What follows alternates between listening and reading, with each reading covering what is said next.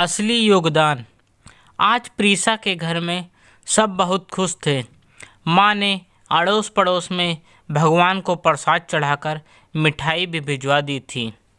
प्रीसा शाम को अपने दोस्तों के साथ पार्टी करने चली गई।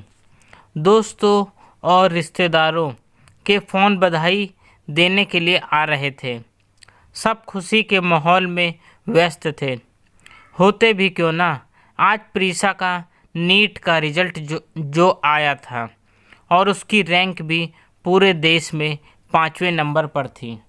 सब बार बार यही कह रहे थे कि देखो प्रीसा की मेहनत रंग लाई, लड़की ने बहुत मेहनत की। बात तो सच ही थी। उसके पापा साधारण प्राइवेट कंपनी में जॉब करते थे। प्रीसा और विख्यात 2 बच्चे थे। उसके पापा परिस्थितियों के कारण अपनी इच्छानुसार शिक्षा नहीं ग्रहण कर पाए थे, तो उनकी यही कामना थी कि उनके बच्चे अपनी इच्छानुसार शिक्षा जरूर अर्जित करें। इसके लिए उन्होंने दोनों बच्चों की शिक्षा के लिए बीमा भी करवा दिया था। अपनी जॉब के साथ ही शाम को अन्य काम भी करते थे। प्रीसा की माँ भी बुटीक चलाती थी।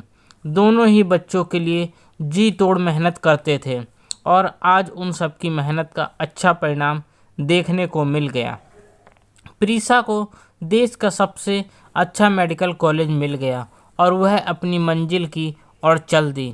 प्रीसा मेहनती तो थी ही, होशियार भी बहुत थी। उसने बिना किसी रुकावट के निर्धारित समय में MBBS कर लिया और फिर पहले प्रयास में ही उसका MD में चयन हो गया। उसने MD भी सबसे ज़्यादा नंबरों के साथ उत्तीर्ण किया और आज जब उसे MD की डिग्री मिली तो हर कोई उसकी प्रशंसा कर रहा था।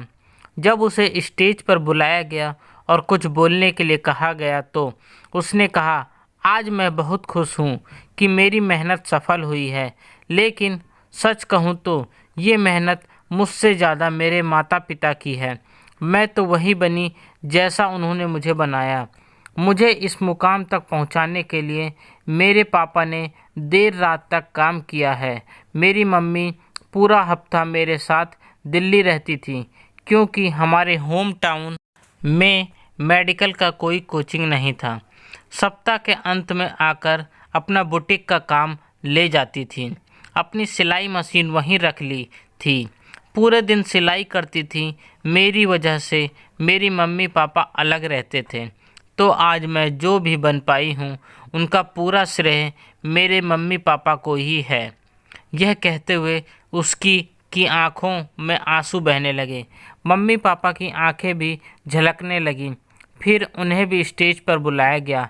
आज दोनों प्रीसा को गले लगाकर गर्व से फूले नहीं समा रहे थे।